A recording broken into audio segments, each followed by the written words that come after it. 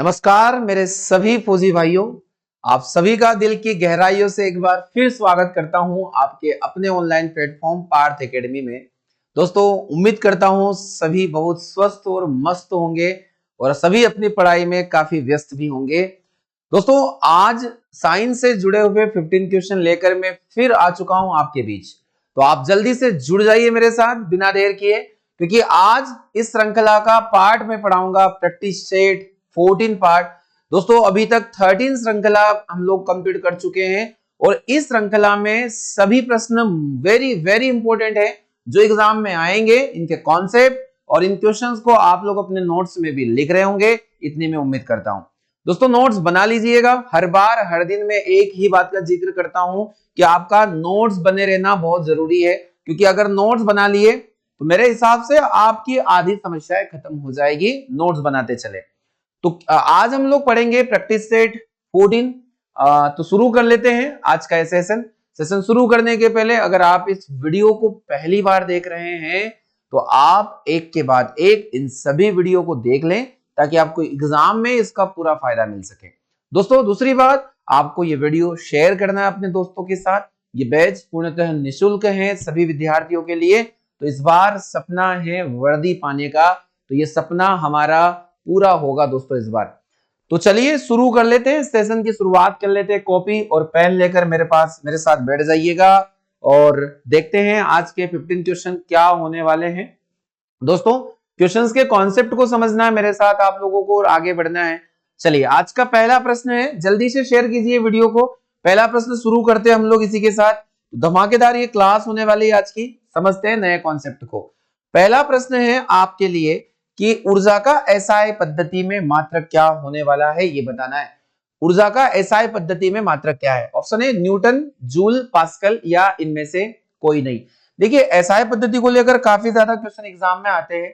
SI पद्धति या system of international को लेकर काफी ज्यादा क्वेश्चन एग्जाम में पूछे जाते हैं दोस्तों। हर बार यहां पूछा गया ऊर्जा का एसआई मात्रक, तो ऑप्शन है न्यूटन, जूल। देखिए, जूल ऊर्जा का एसआई मात्रक होता है। अगर एग्जाम में पूछा जाए कि जूल किन दो इकाइयों का एसआई मात्रक होगा, तो एक तो आप ऊर्जा याद रखिएगा और एक कार्य याद रखिएगा। कार्य और ऊर्जा का एसआई मात्रक जूल होता है दोस्तों, ध्यान रखना है इस बात को। यहां पर हम बात करते हैं न्यूटन किसका एसआई यूनिट होता है, तो न्यूटन एसआई यूनिट माना जाता है किसका? बल का।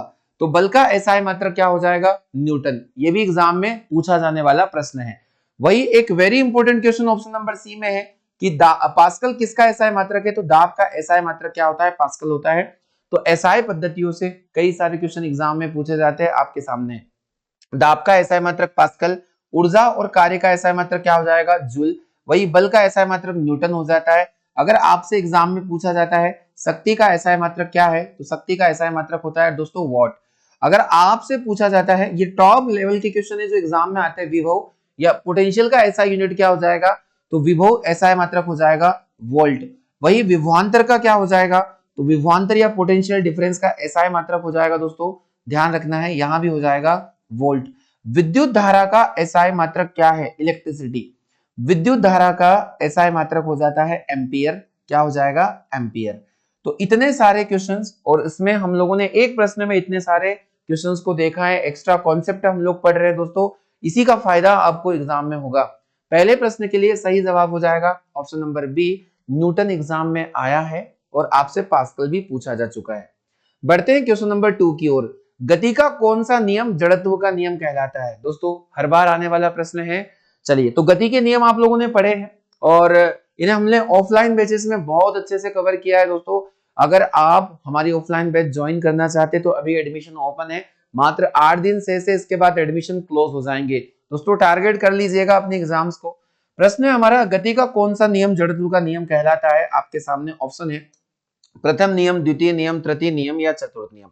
तो दोस्तों, गति का जो पहला नियम होता है, कौन सा नियम? जड़त्व का नियम।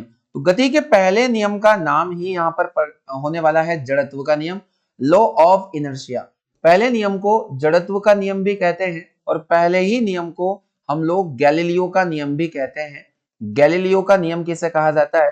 तो गैलीलियो का नियम कहा जाता है पहले नियम को। दोस्तों, इतनी सारी जानकारी यहां से आपको समझ में आई होगी। अगर हम लोग बात करते हैं तृतीय नियम का नाम क्या हो जाएगा, द्वितीय नियम यहाँ पर होता है F बराबर m a। दोस्तों ध्यान रखना है, बल का यहाँ से हमें फॉर्मूला मिलता है F is equal to m a, यानी कि मास इंटू एक्सेलरेशन या द्रव्यमान गुणा त्वरण। तृतीय नियम को हम लोग क्रिया प्रतिक्रिया का नियम भी कहते हैं, एक्शन रिएक्शन का फोर्स भी कहते हैं। तो क्रिया प्रतिक्रिया का नियम क्या कहलाएगा? तीसरा नियम। दोस्तों ध्यान रखना है, न्यूटन के 3 गति के नियम थे। एग्जाम में आता है कि रॉकेट किस सिद्धांत पर काम करता है, तो रॉकेट सिद्धांत होगा तीसरा नियम। यहाँ पर एग्जाम में क्वेश्चन आया हुआ है।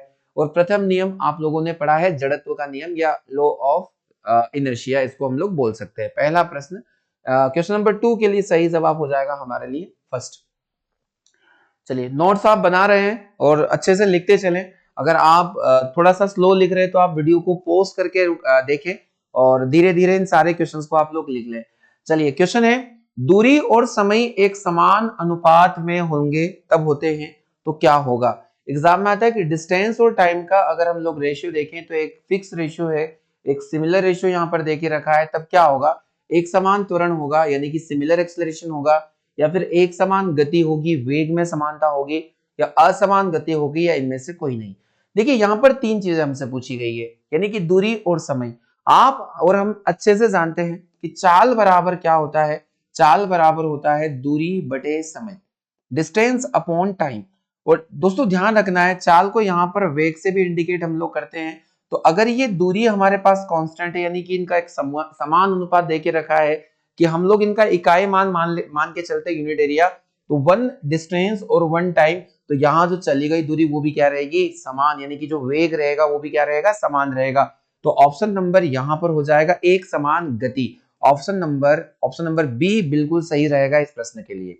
दोस्तों इस प्रकार के प्रश्न पूछे जाते, अगर आपसे पूछा जाता है कि वेग का एसआई मात्रक क्या है, तो वेग का एसआई मात्रक हो जाएगा मीटर पर सेकेंड।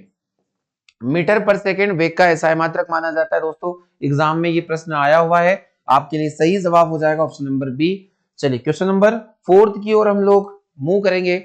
सीजीएस में घनत्व का मात्रक क्या होता है? लगा लीजिएगा 10 स्टार, ये क्वेश्चन एग्जाम में आया हुआ है।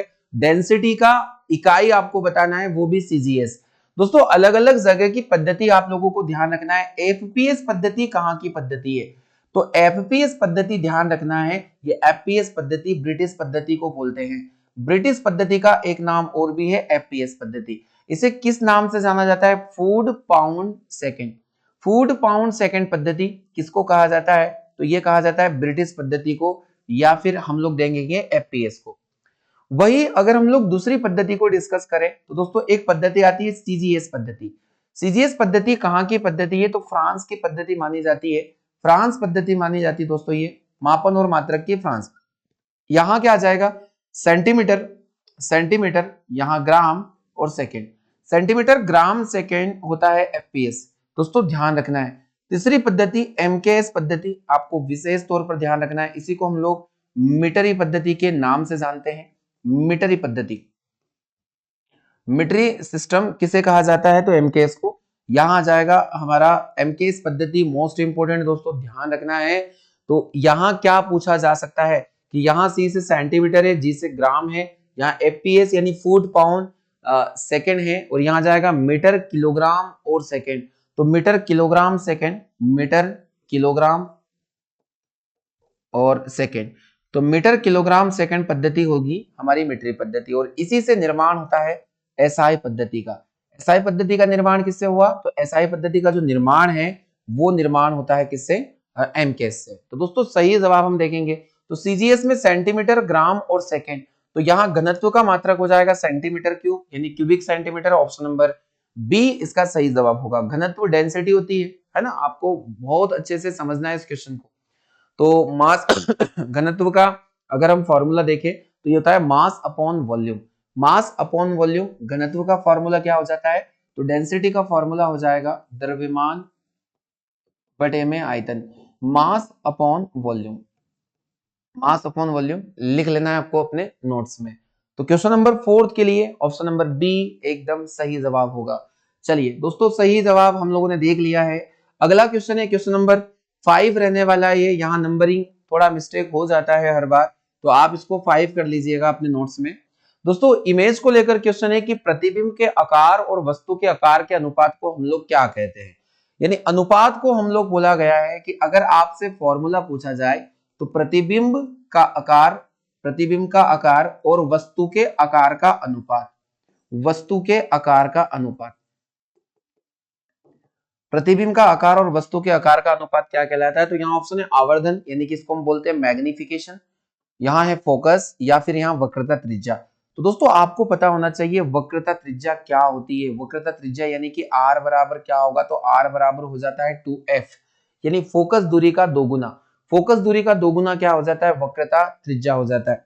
अगर हम लोग बात करते हैं यहाँ पर फोकस की, तो फोकस वो बिंदु है जहां से आपतित किरण गुजरती है दोस्तों, इसको हम लोग एफ से डिनोट करते हैं। और अगर एग्जाम में आता है कि प्रतिबिंब का आकार और वस्तु के आकार का अनुपात क्या कहलाएगा, तो इसका सही जवाब होने वाला है आवर्धन, यानी कि मैग्निफिकेशन। वस्तु को बड़े आकार में उसके इमेज को देखना उसका मैग्निफिकेशन कहलाता है दोस्तों, मोस्ट इंपोर्टेंट है। तो यहाँ इसका डेफिनेशन हो जाएगा आवर्धन या मैग्निफिकेशन, जिसे स्मॉल एन से हम लोग प्रेजेंट करते हैं। अब आपको ध्यान रखना है कि अवतल दर्पण हेतु, अवतल यानी कि कॉनकेव हेतु, आपको लिख लेना है अपने नोट्स में, कॉनकेव हेतु आवर्धन जो होगा ये होगा ऋणात्मक। क्या होगा? ऋणात्मक होगा, यानी कि मैग्निफिकेशन इस वाले दर्पण का क्या आता है? नेगेटिव आता है, मैग्निफिकेशन नेगेटिव आता है। और अगर हम लोग वही बात करते हैं उत्तल दर्पण के लिए या कॉन्वेक्स के लिए, तो दोस्तों कॉन्वेक्स के लिए जो मैग्निफिकेशन होता है वो पॉजिटिव होता है या धनात्मक होता है, इतना आपको ध्यान रखना है। ये क्वेश्चन दोनों एग्जाम में बनने वाले हैं कि अवतल दर्पण का जो आवर्धन होता है वो कैसा होता है? ऋणात्मक होगा, और उत्तल दर्पण के लिए धनात्मक होगा। आप इन दोनों कॉन्वेक्स और कॉनकेव मिरर को लेकर यूजेज अच्छे से पढ़ लीजिएगा। मैंने पिछले सेशन में इनको डिस्कस किया और आने वाले सेशन में एक बार और मैं डिस्कस करूंगा दोस्तों, यहां से प्रश्न आएंगे। सही जवाब हो जाएगा हमारे लिए आवर्धन। चलिए अगला क्वेश्चन है, ऊर्जा संरक्षण का सिद्धांत क्या बोलता है? आपके सामने ये क्वेश्चन है। क्वेश्चन नंबर 6 आप लोग डाल लीजिएगा, यहाँ एक नंबर आप इसको रिवर्स कीजिएगा।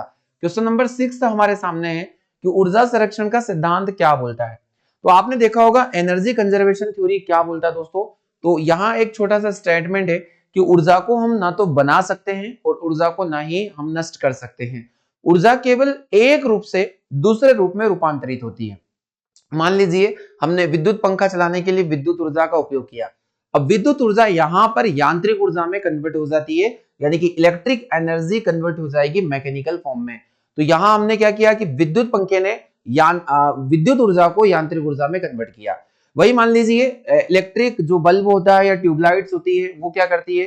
तो विद्युत ऊर्जा को कन्वर्ट करती है, वो किसमें? प्रकाश ऊर्जा में, लाइट एनर्जी में। यानी कि जो ट्यूबलाइट या इलेक्ट्रिक बल्ब का काम ये होगा कि ये यूज होंगे किसके लिए? ये यूज होते हैं इलेक्ट्रिक एनर्जी को किसमें? लाइट एनर्जी में बदलने के लिए। दोस्तों कई सारे ऐसे उपकरण हैं। तो यहाँ ऊर्जा संरक्षण बोलते हैं कि ऊर्जा का ना तो विनाश हो सकता है और ना ही उत्पत्ति होती है, एक रूप से दूसरे रूप में केवल उसे हम लोग बदल सकते हैं। तो ये स्टेटमेंट भी अपने नोट्स में आप जरूर इन्वॉल्व करें। ऑप्शन नंबर ए सही जवाब हो जाएगा हमारे लिए इस प्रश्न के लिए, क्वेश्चन नंबर 6 के लिए। तो दोस्तों मजा आ रहा है आप लोगों को हमारे साथ सेशन में? वीडियो को खूब शेयर करो अपने दोस्तों के साथ। समय धीरे धीरे धीरे धीरे कम होता जा रहा है। आपको ये क्लास में भरोसा दिलवा सकता हूं दोस्तों, मेरे कॉन्सेप्ट आप अच्छे से लिख लें और आखिरी में इनको रिवीजन कर ले 2 बार, आपका पेपर पूरा यहीं से सेट होगा, पूरा पेपर आपका यहीं से सेट होने वाला है। चलिए क्वेश्चन है, क्वेश्चन नंबर 7 हमारे सामने कि बल्ब के अंदर के तार को हम लोग क्या कहते हैं? ये आपका क्वेश्चन है और एग्जाम में आता है। दोस्तों एक इलेक्ट्रिक बल्ब आप लोगों ने देखा होगा इस तरीके से होता है, और एक इलेक्ट्रिक बल्ब की स्ट्रक्चर को हम लोग इस तरीके से देखेंगे, समझेंगे। आपने देखा है कि इस इलेक्ट्रिक बल्ब में यहां पर जो ये तार होता है, ये वाला तार, इसको हम लोग क्या बोलते हैं दोस्तों? इसे फिलामेंट के नाम से जाना जाता है, फिलामेंट। अब फिलामेंट यहां पर नहीं बोला गया, चलिए यहाँ हिंदी नाम है, तो हिंदी नाम इससे कहा जाता है तंतु। क्या कहा जाता है? फिलामेंट यानी कि तंतु। आप सभी भली भांति जानते हैं कि विद्युत बल्ब का फिलामेंट किस धातु का बना हुआ होता है? तो इस धातु का नाम होता है मेरे प्यारे दोस्तों टंगस्टन। किस धातु से ये फिलामेंट बना होता है? टंगस्टन। और इसका संकेत होता है W। इसका एटॉमिक नंबर 74 होता है, आप लोगों को ये जानकारी होनी चाहिए, 74। तो टंगस्टन धातु जो जिसका संकेत है W, ये इसका फिलामेंट होता है और ये विद्युत तार है। आपको मैं बता दूं कि जो टंगस्टन धातु है ये उच्च गलनांक की धातु है, हाई मेल्टिंग पॉइंट, उच्च गलनांक और उच्च प्रतिरोध की धातु मानी जाती है। उच्च गलनांक और उच्च प्रतिरोध की धातु कौन मानी जाएगी यहाँ पर? ये मानी जाएगी टंगस्टन। दोस्तों साथ ही साथ इसका एक यूज और देख लो विद्युत बल्ब का, इसमें कौन सी गैस भरी जाती है? तो मैं आपको बता दूं यहाँ पर गैस होती है आर्गन, और आर्गन के साथ में यहाँ मिश्रण होता है किस चीज का? नाइट्रोजन का। आर्गन के साथ में यहाँ पर नाइट्रोजन का मिक्सचर होता है। तो ये मोस्ट इंपोर्टेंट फैक्ट है जो आप लोगों से पूछा जा सकता है एग्जाम में। अब आर्गन क्यों भरते हैं? क्योंकि टंगस्टन क्या ना हो, ऑक्सीकृत ना हो या ऑक्सीडाइज ना हो, तो ये हम लोगों को बताना है। चलिए तो यहां से क्वेश्चन आएगा, स्क्रीनशॉट ले लीजिए या फिर आप अपने नोट्स में इसे जरूर लिखिए। दोस्तों काफी ज्यादा मेहनत लगती है क्लास आपके तक पहुंचाने में, तो इसलिए क्लासेस को थोड़ा सा अपना प्यार जरूर दें आप लोग। तो बल्ब के अंदर तार को हम लोग तंतु के नाम से जानेंगे, यानी कि ऑप्शन नंबर ए। और ये तंतु किस धातु का बना है? ये बना है टंगस्टन का। अगला प्रश्न हम लोग देखने वाले हैं। क्वेश्चन नंबर हमारे सामने है 8 नंबर का क्वेश्चन। एक फोटो सेल को किस विद्युत ऊर्जा में बदला जा सकता है? आपको बताना है। फोटो इलेक्ट्रिक सेल जो होते हैं, आप लोगों ने देखा होगा कि फोटो सेल मतलब जो प्रकाश से चलते वाले सेल होते हैं, विद्युत ऊर्जा में बदला जाता है। किस ऊर्जा को? तो प्रकाश ऊर्जा को बदला जाता है। दोस्तों ध्यान देना है, फोटो सेल यानी कि लाइट से चलने वाले। आपने सोलर पैनल का नाम जरूर सुना होगा। सोलर पैनल, अब सोलर पैनल क्या करता है दोस्तों? ध्यान रखना है, सौर ऊर्जा को, सोलर पैनल का काम है सौर ऊर्जा को विद्युत ऊर्जा में कन्वर्ट करना। सौर ऊर्जा को विद्युत ऊर्जा में कन्वर्ट करना, यानी कि सोलर एनर्जी को कन्वर्ट होगा यहाँ पर इलेक्ट्रिक एनर्जी में, सोलर पैनल। और ध्यान रखना है फोटो सेल का भी यही काम है। किसे विद्युत ऊर्जा में ये बदला जाता है? तो प्रकाश ऊर्जा को विद्युत ऊर्जा में यहाँ पर बदला जाता है। कभी आपसे पूछ लिया जाए एग्जाम में रासायनिक सेल का क्या काम है, केमिकल सेल क्या करते हैं, तो दोस्तों ध्यान रखना है केमिकल सेल में केमिकल ही होता है, यानी कि एक प्रकार का रसायन ही होता है। तो ये क्या करेंगे? ये रासायनिक ऊर्जा को कन्वर्ट कर देंगे किसमें? यानी कि यहां मैं लिखने वाला हूं रासायनिक सेल रासायनिक ऊर्जा को, केमिकल एनर्जी को कन्वर्ट करेंगे किसमें? इलेक्ट्रिक एनर्जी में, यानी कि विद्युत ऊर्जा के अंदर। तो दी गई जानकारी आप लोगों को यहां से समझ में जरूर आई होगी। तो सही जवाब हमारे लिए ऑप्शन नंबर सी होगा।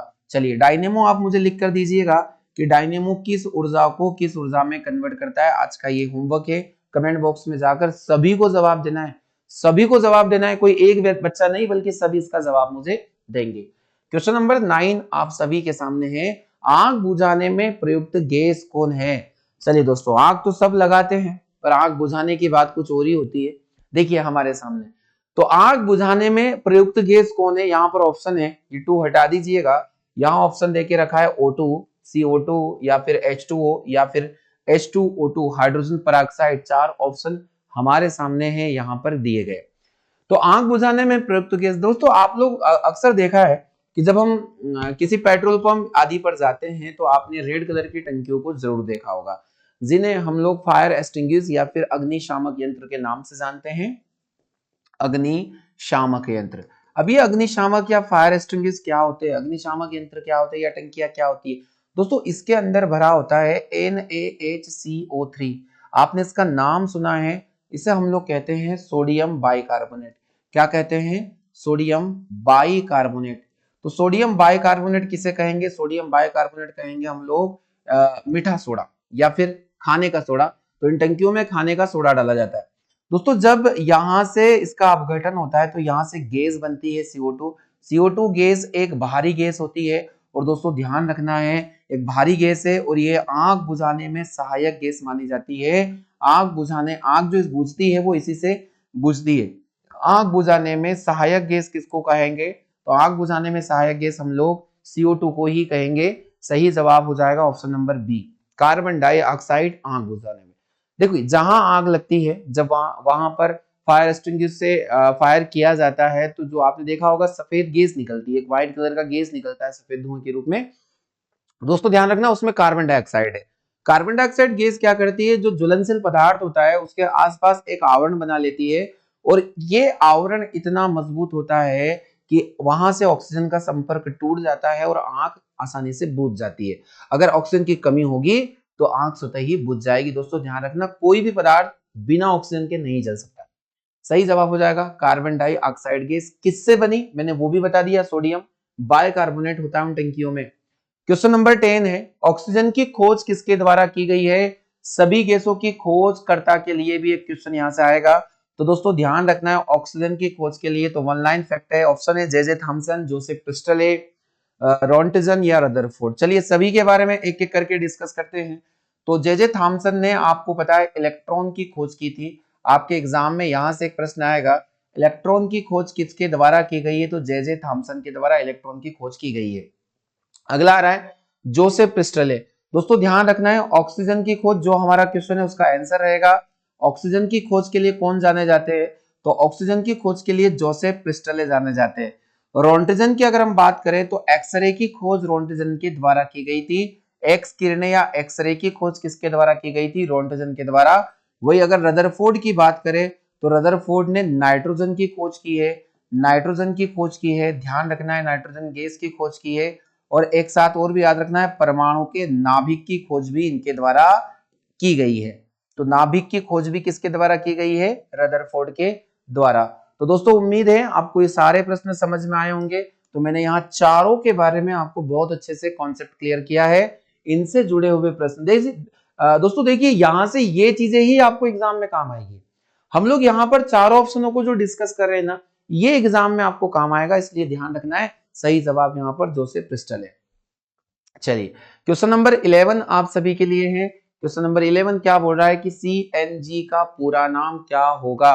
सीएनजी जिसे मैं कई बार पढ़ा चुका हूं, तो यहां अलग अलग ऑप्शन देके रखे हैं, compress natural gas, carbon nitrogen या फिर कॉमन नेचुरल गैस या कोई नहीं। तो दोस्तों सीएनजी का पूरा नाम हो जाएगा कॉम्प्रेस्ड नेचुरल गैस, यानी कि प्राकृतिक संपीड़ित गैस। इसका हिंदी नाम भी मैं लिख देता हूं आपके सामने, कॉम्प्रेस्ड नेचुरल गैस का हिंदी नाम हो जाएगा प्राकृतिक संपीड़ित गैस।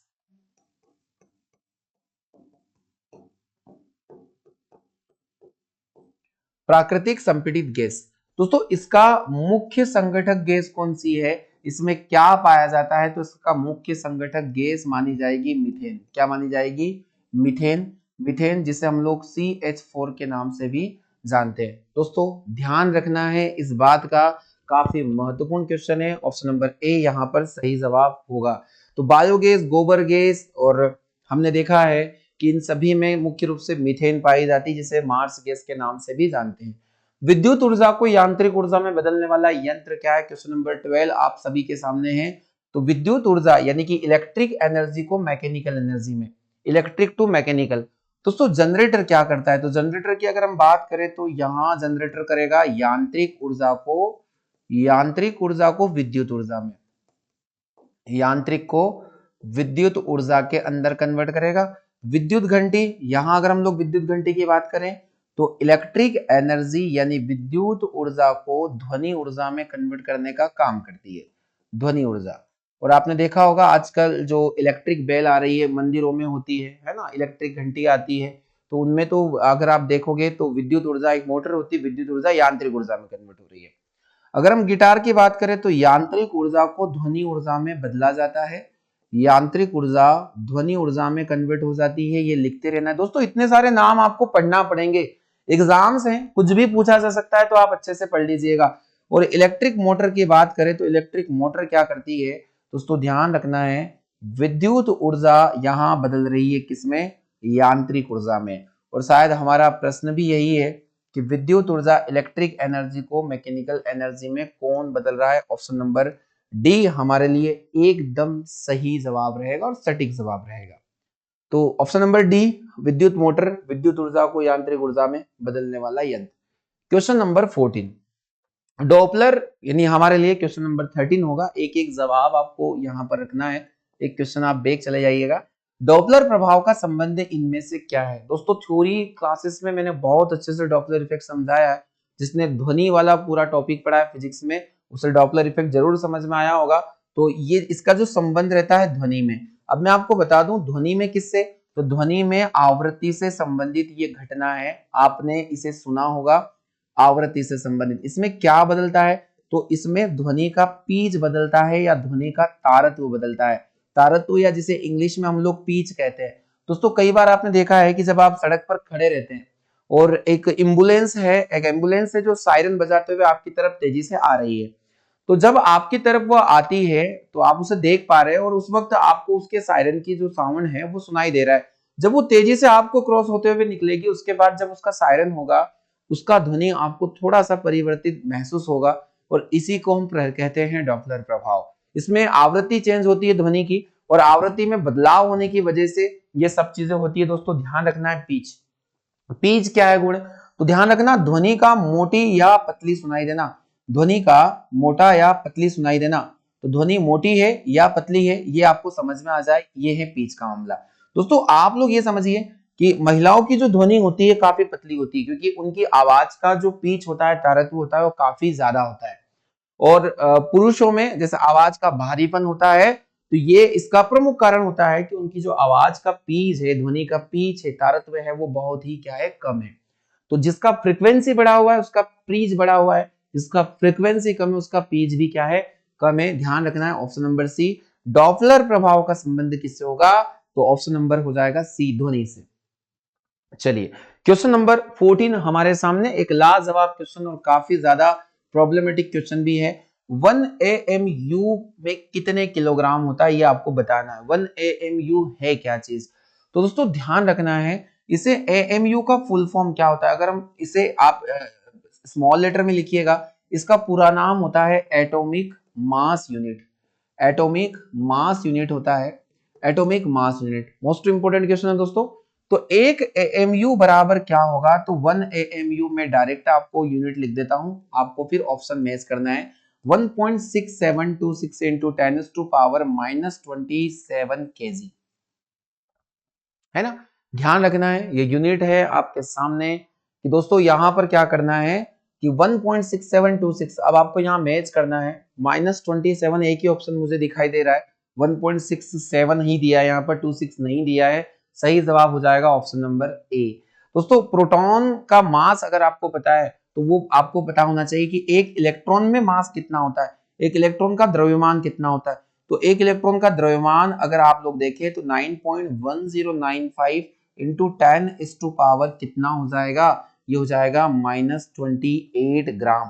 दोस्तों ध्यान रखना है, वही एक प्रोटॉन की हम बात करें तो 1.6726 इंटू 10⁻⁻24 ग्राम, और किलोग्राम में यहाँ 27 हो जाएगा। वही एक न्यूट्रॉन का मास देखें तो 1.67249 इंटू 10⁻⁻24 ग्राम। दोस्तों कहानियां बहुत लंबी है और हमें अपने एग्जाम्स के अनुसार पढ़ना है, पर आप ये कंटेंट जरूर कर लीजिएगा, क्योंकि आपसे यहाँ पर 1 AMU पूछा जा चुका है, तो एग्जाम में ये क्वेश्चन आ सकता है जिसे सभी छोड़ के आने वाले हैं। चलिए तो आज का अंतिम प्रश्न हम टारगेट कर लेते हैं, इसके लिए ऑप्शन नंबर ए हमारा सही हो जाएगा, 1 एटॉमिक मास यूनिट। मनुष्य कितनी आवृत्ति की ध्वनि को आसानी से सुन सकता है? बताना है, लगा दीजिएगा 5 स्टार का ये क्वेश्चन है, हर बार आया एग्जाम में। तो दोस्तों आपको पता है 3 प्रकार की ध्वनि होती है, अपश्रव्य, श्रव्य और पराश्रव्य। यानी कि इंफ्रासोनिक, एक होता है ऑडिबल साउंड और एक होता है अल्ट्रासाउंड। दोस्तों ध्यान रखना है, जिन ध्वनियों को हम नहीं सुन सकते 20 हर्ट्ज के नीचे, हमारी जो श्रवण परास है, जो हम लोग सुन सकते हैं जहां तक की ध्वनि, तो दोस्तों श्रवण परास हमारी होती है 20 हर्ट्ज से लेकर 20,000 हर्ट्ज तक। 20 हर्ट्ज से लेकर 20,000 हर्ट्ज, यानी बिटवीन 20 हर्ट्ज टू 20,000 हर्ट्ज।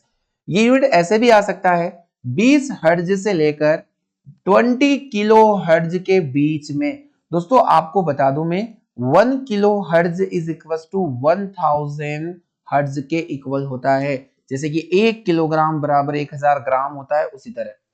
तो आपसे अगर 20,000 हर्ट्ज को किलो हर्ट्ज में बदलने का बोले तो 20 किलो हर्ट्ज इसका यूनिट रहेगा, आपको ध्यान रखना है। तो हम कितनी आवृत्ति की ध्वनि को सुन सकते हैं? तो 20 से लेकर 20,000 हर्ट्ज के बीच की ध्वनि हमें आराम से सुनाई देती है। आपको ध्यान रखना है, चमगादड़ किन ध्वनियों का प्रयोग करता है? तो चमगादड़ शिकार ढूंढने हेतु किन ध्वनियों का प्रयोग करता है दोस्तों? तो मोस्ट इंपोर्टेंट फैक्ट है पराश्रव्य ध्वनियों का ये उपयोग करता है, पराश्रव्य ध्वनियों का।